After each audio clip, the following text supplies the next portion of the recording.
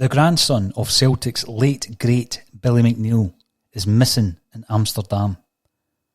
Matthew McComb was last seen at 8:15 a.m. on the 14th of March. He was running over Berlage Bridge in Amsteldyke, wearing a pale blue Stone Island top and dark bottoms. He's of slim build, and his images will be posted this evening on a Celtic State of Mind's Twitter page. Please retweet and share these images as far and widely as you possibly can to ensure Matthew's safe return home. Thank you.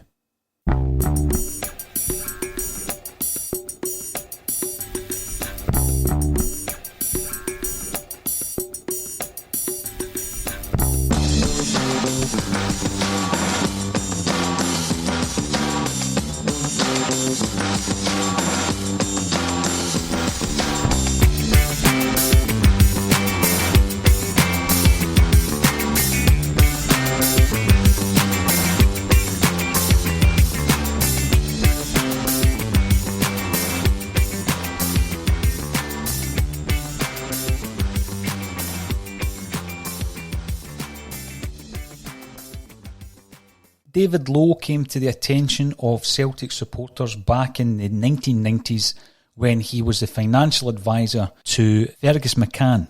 David joined a Celtic State of Mind on an earlier podcast to discuss that process with Fergus and the historic takeover of the club, which put them into a position on which they have built year on year to the present day. David was a massive part of that process and of that takeover. He was Fergus McCann's trusted aide. He was a rebel in paradise, a fanatical Celtic supporter. David can be followed on Twitter, and when he speaks about Scottish football finances, you've got to sit up and take notice. His recent commentary on the current situation within Scottish football makes for grim reading, and it's for that reason that David is the very special guest on this evening's edition of A Celtic State of Mind. This episode looks at Scottish football's survival beyond the coronavirus pandemic. David speaks about how Celtic will manage their way and navigate their way through these stormy waters, and how some other Scottish clubs may not have the finances to do so. Please sit back and enjoy David Lowe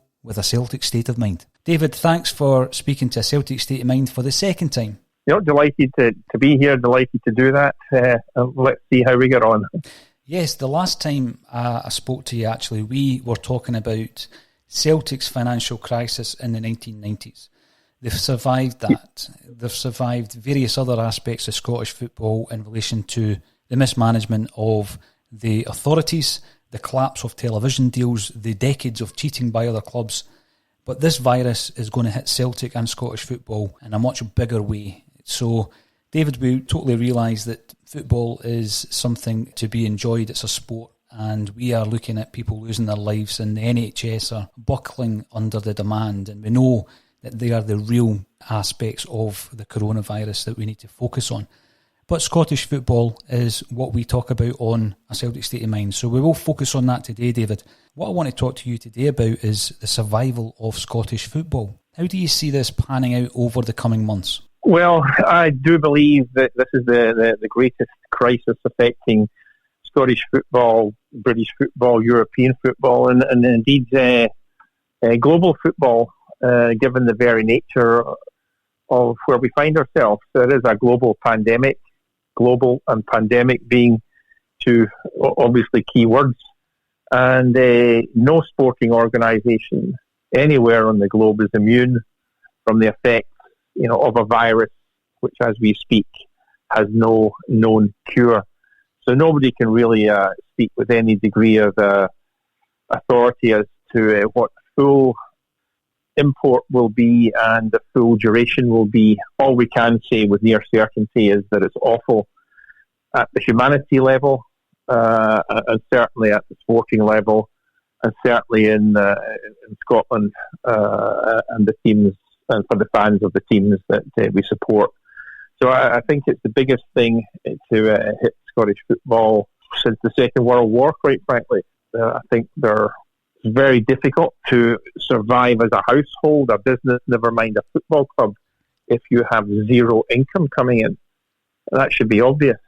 If you have zero income coming into your house, and you still have mortgages to pay, utilities to pay, food to buy, you're going to get into financial trouble quickly. And those with a bit of money, or those that can borrow money, or will last or sustain the problem longer. But if you have no money and no means of borrowing, it quite obviously is a problem. And I don't think anybody could seriously question that position. So if you translate that into Scottish football, it's a horrendous situation. Horrendous is the correct word.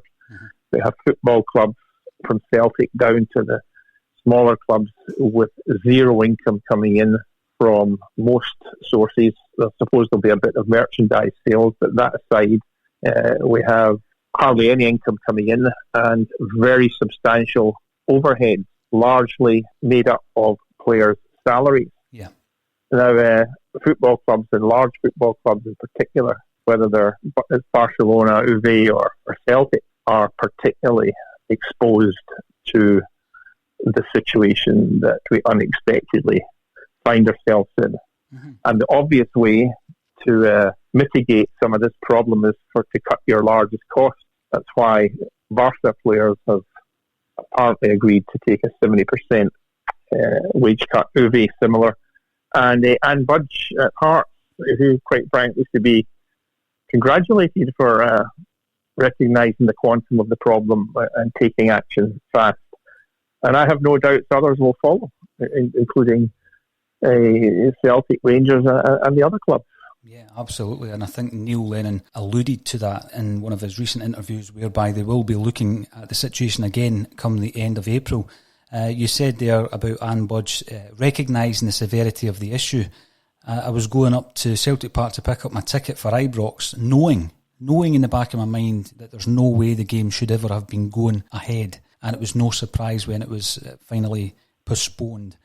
I'm pretty sure, David, that game won't be postponed. It's cancelled. There's no way the Scottish football calendar can be completed. Are you in agreement with that? Yeah, again, I'm now expressing an opinion, and it doesn't necessarily mean that I'm right. But I said in a podcast last week, or it might have been the week before, I don't see any realistic prospect whatsoever of the current league campaign being extended. Basically, it's over, simply because we're nowhere near resolution of the virus problem. So I think the sooner that this situation is recognised and accepted by the powers that be in Scottish football, the better. Of course, it's not quite as simple as that, because you have sponsors and other awards to be made with big money issues. So it takes time, and I'm pretty sure the SPFL and the SFA, for that matter, will be guided from what happens at UEFA. But it's just a matter of time. I'm absolutely convinced the league's over. Celtic will be crowned champions, and there'll most likely be some sort of rejigging of the existing 42 club setup. But yeah, I would say the season's over, and I don't really see any football getting played for a minimum of 3, if not 6 months. Mm-hmm. So that has horrendous financial implications for clubs if they have no income coming in for 3 or 6 months. And again, the general public, the people that buy season tickets, number one, they're all affected by what's happening in the economy associated with the virus. They're uncertain of their financial situation. And quite frankly, buying season tickets for their favourite football club is probably not high up on the pecking order when they don't even know when the next season is going to start, or indeed the current season finished, for which they paid season tickets for and didn't get full value. So it's complicated, it's messy, but at the end of the day it's bad, and football clubs have to address this, and have to address it quickly. And basically the easiest way to address it is for your players to take very meaningful wage cuts. Mm-hmm, mm-hmm. Now, David, we were already aware that many, probably the majority of Scottish football clubs were being operated on something of a shoestring. I mean, they're operating from month to month in many cases. So to remove the vast majority of their income for 3 months or more, I'm now looking at, that league being announced as Celtic's, that's all fair and well. But the wider landscape of Scottish football beyond that, I'm now looking at, we're talking about perhaps increasing the Premier League by 2 further clubs. Will there be enough clubs who will actually be able to put a team together and run a business that will ensure that Celtic have someone to play against? Because even Celtic are going to be facing up to these challenges. So some of these other clubs, I feel, will not get through this storm, unfortunately. Well, yeah. I mean, last week in another podcast, I said at the end of the day, there's small clubs that have always been small clubs, but can spin in a sixpence and will be largely immune, if that's the correct word to use at this time, to a lot of these financial problems. It's your wannabe clubs in the Championship and your want-to-stay-there clubs in the Premiership who are always playing at the financial edge, always one home game away from Armageddon. Mm-hmm. These are the ones that are really exposed. And, of course, Rangers' situation is a matter of public record. You know, the chairman in November said that they needed 15 million. He put in 5. He's no longer the chairman, but they still need the 10. And that was based on there not being a global pandemic virus. So it's bad. It's bad for Rangers and a whole lot of other clubs. But the best way to address it is to cut your costs. Be irresponsible not to. The football clubs at the end of the day are companies the same as a lot of businesses you see in the high street. They're subject to company law and insolvency law, as well as SFA and SPFL rules and regulations. So the insolvency rules are being relaxed. That was announced 2 days ago, mm-hmm. to allow on a temporary basis clubs to trade whilst knowingly being insolvent, albeit for a limited period only. So that might be of help to some football clubs in a financial predicament. Also, there's insolvency rules and the current insolvency rules in Scottish football that involve penalty deductions. I've got a feeling that might be relaxed as well if some clubs have to be go into administration. But again, this is just my opinion. At the end of the day, you should deal with the known knowns. And the known knowns are you've got no money coming in, and therefore you have to cut your costs. That's what households are doing. That's what businesses are doing. And that's what football clubs as businesses should be doing, and I believe will do. Now, they're just waiting for the right time to do it. I mean, the changes, the temporary changes to the insolvency law, David, I think that is a 3-month period that's been amended by at this moment in time. So they can trade knowingly insolvent maybe for another 3 months, and then obviously they will look at that depending on how this pandemic progresses and develops. But we're constantly told, and on this podcast, I deliberately don't speak about any team playing out of Ibrox, David, but under the circumstances, it is relevant to the future of Scottish football. We're constantly told that particular team playing out of Ibrox are the biggest club in Scotland. They're now facing down the barrel of a gun in financial terms, and we are being fed the narrative that big investment is coming to Ibrox.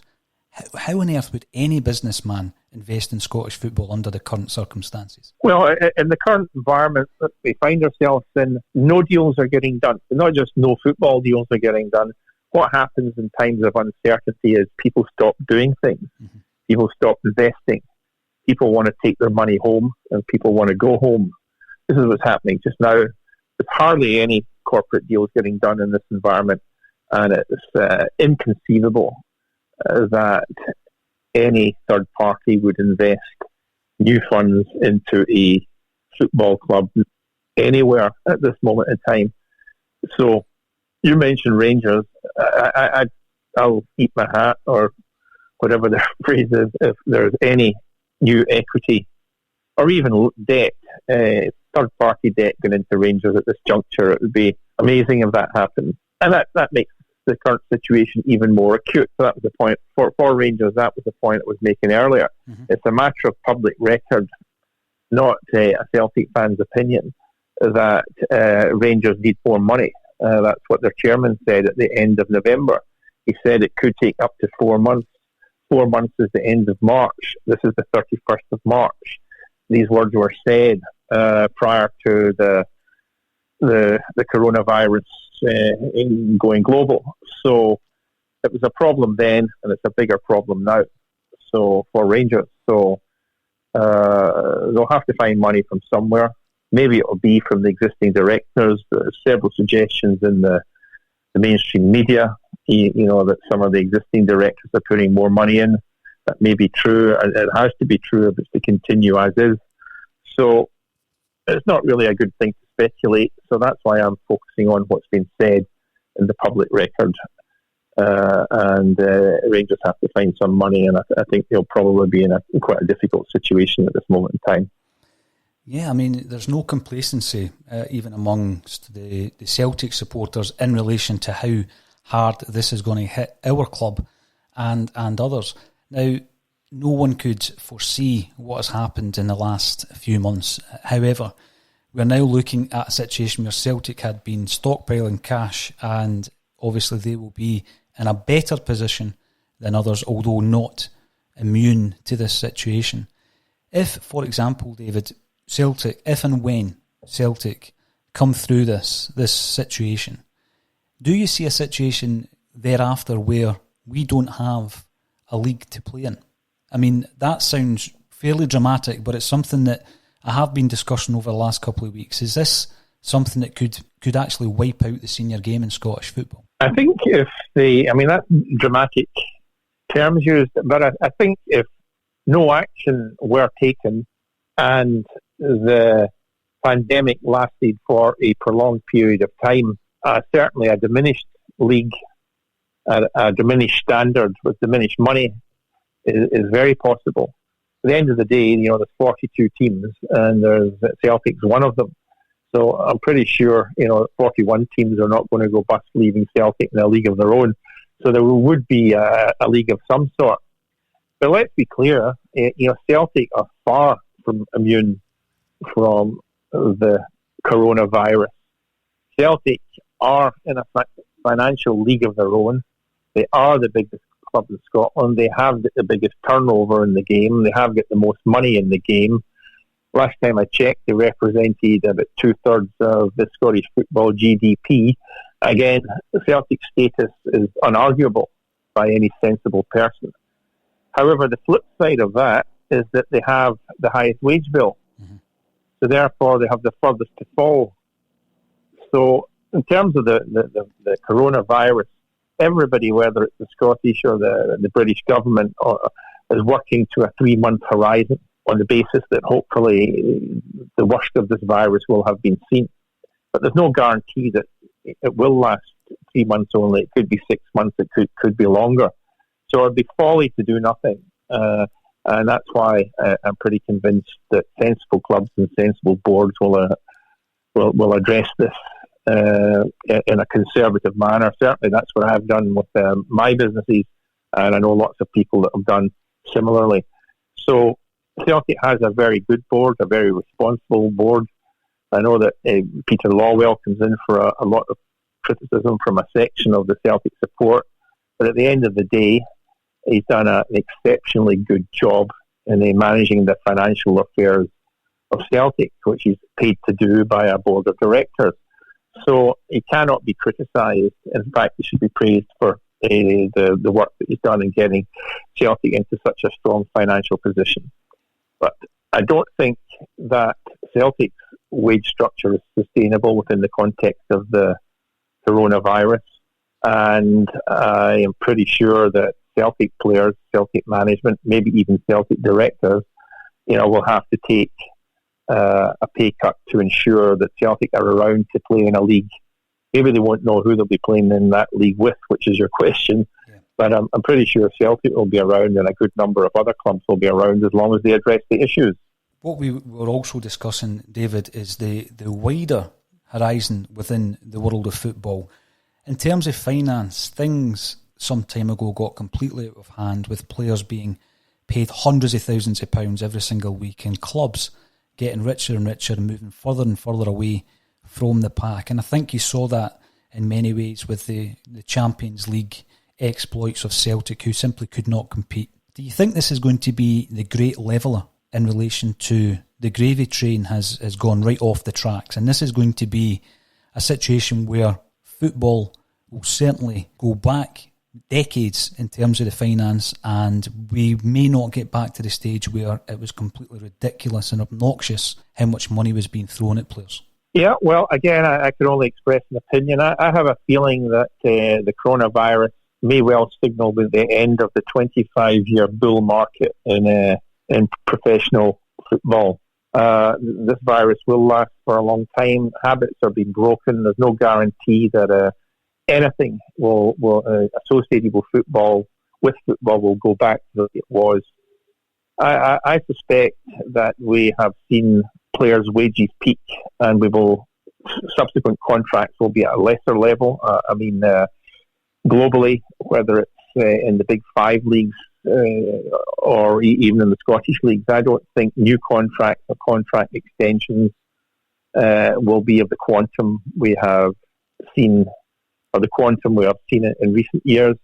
I think transfer fees have probably peaked. I don't expect any big transfer fees for any players in Europe over the close season, whatever that close season is. I think there must be a big question mark over the media stroke television monies as well. Mm-hmm. I think it's back to the drawing board, and this may be the dawn of a new, more realistic era. I think the bull market's over, and how it settles down and pans out remains to be seen. But that's the medium longer term view. We've been talking about what the short term view is. Mm-hmm. The medium longer term, I think there's just as many questions. But my best guess is that the bull market is over, and a lot of these excessive financial packages and payments across the board are finished. David, you mentioned earlier about businesses. In any walk of life, businesses need to act quickly in order to stabilise their operation and ensure that they survive the pandemic. Do you feel that the SPFL and the SFA have acted quickly enough in making decisions and making calls on the immediate future of this season? Well, again, that's a tough one, because the big decisions have to be made, and they're not very easy decisions to make in our parochial little country, and parochial indeed it is. So whatever decision they come to, will be criticised by one faction or another. So the easy option is for the Scottish Football Authority to just follow the lead from UEFA. And I think that's what's happening. There's lots of contractual implications here, whether it's the UEFA level or the Scottish level, and I think they'll all try and act in unison. Nobody wants to call a premature end to the league because of the potential financial ramifications that it has. But that's what they're going to have to do, but they're going to have to carry their sponsors with them. I'm experiencing the same thing, albeit at a lower level at basketball. As far as we're concerned, the season ended. We've got rid of our players. But the basketball authorities are reluctant to make a decision. Glasgow Rock's position is that, if they do restart the league, you're likely to find me and my business partners playing for the team, because they won't be employing any players. That'll be fun.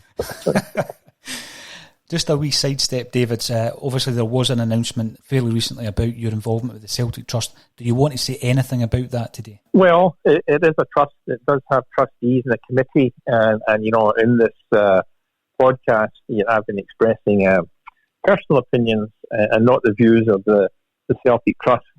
But what I can say vis-a-vis the trust is that we had hoped to relaunch the trust this month.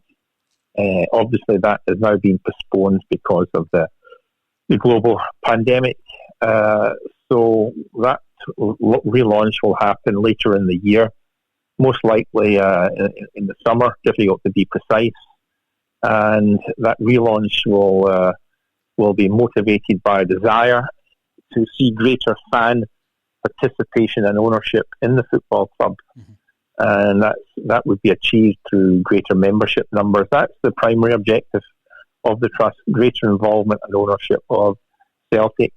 On an operational level, again, there's a number of initiatives that would have been announced.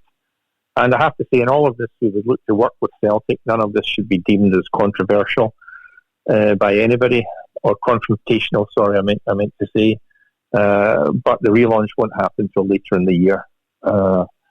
Because there's no planned meetings of the trustees until the isolation is over. No, that's fully understandable, David. I mean, we're in very interesting times, very worrying and anxious times. And it's one of these things I've said to you before, when it comes to the financial element of Scottish football, in particular for myself, anything you mention on Twitter, people know that it carries weight. And, you know, when you read a report in one of the tabloids, or you hear somebody on radio who comes away with absolute nonsense because they used to play football at one time, people believe that kind of nonsense. So it's good to get you on and to discuss the real impact. It's a developing situation day on day, and the way I'm kind of viewing it is that Scottish football has survived a hell of a lot down the years, and in the modern game we've survived mismanagement at the highest echelons. We've, you know, survived collapsed television deals, decades of cheating, but this virus, this pandemic, is something that is seriously threatening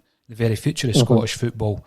David, what's your overall feeling on where we'll be maybe 6 months from now? So my view, just as a summary, is that this is the end of a 25-year bull market in football clubs, valuations, transfer fees, players' wages, and it's right across the whole football and maybe sports spectrum, and of which Scottish football is just one element, and our club, Celtic, an element within the element. So I see it as fundamental of that. I think this is like seismic.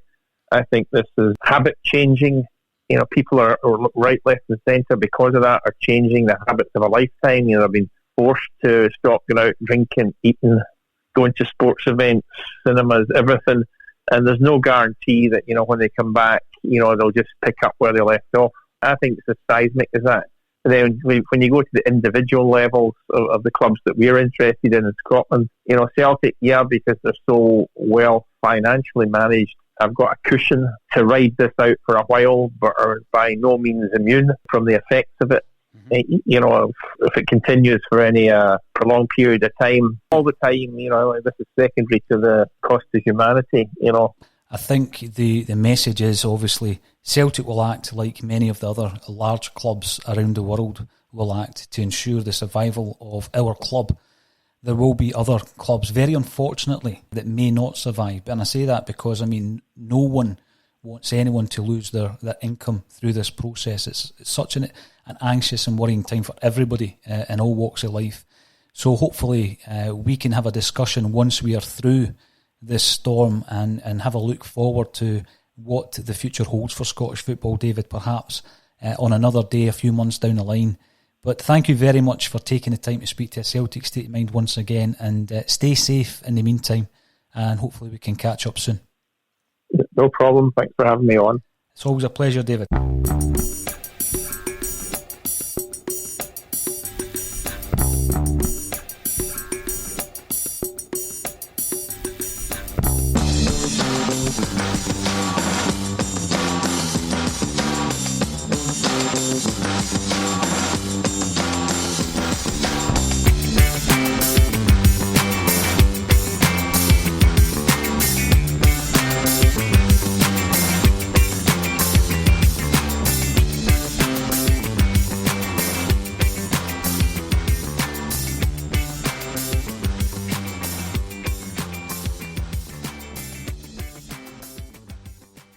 The grandson of Celtic's late great Billy McNeill is missing in Amsterdam. Matthew McComb was last seen at 8:15 a.m. on the 14th of March. He was running over Berlage Bridge in Amsteldyke, wearing a pale blue Stone Island top and dark bottoms. He's of slim build, and his images will be posted this evening on a Celtic State of Mind's Twitter page.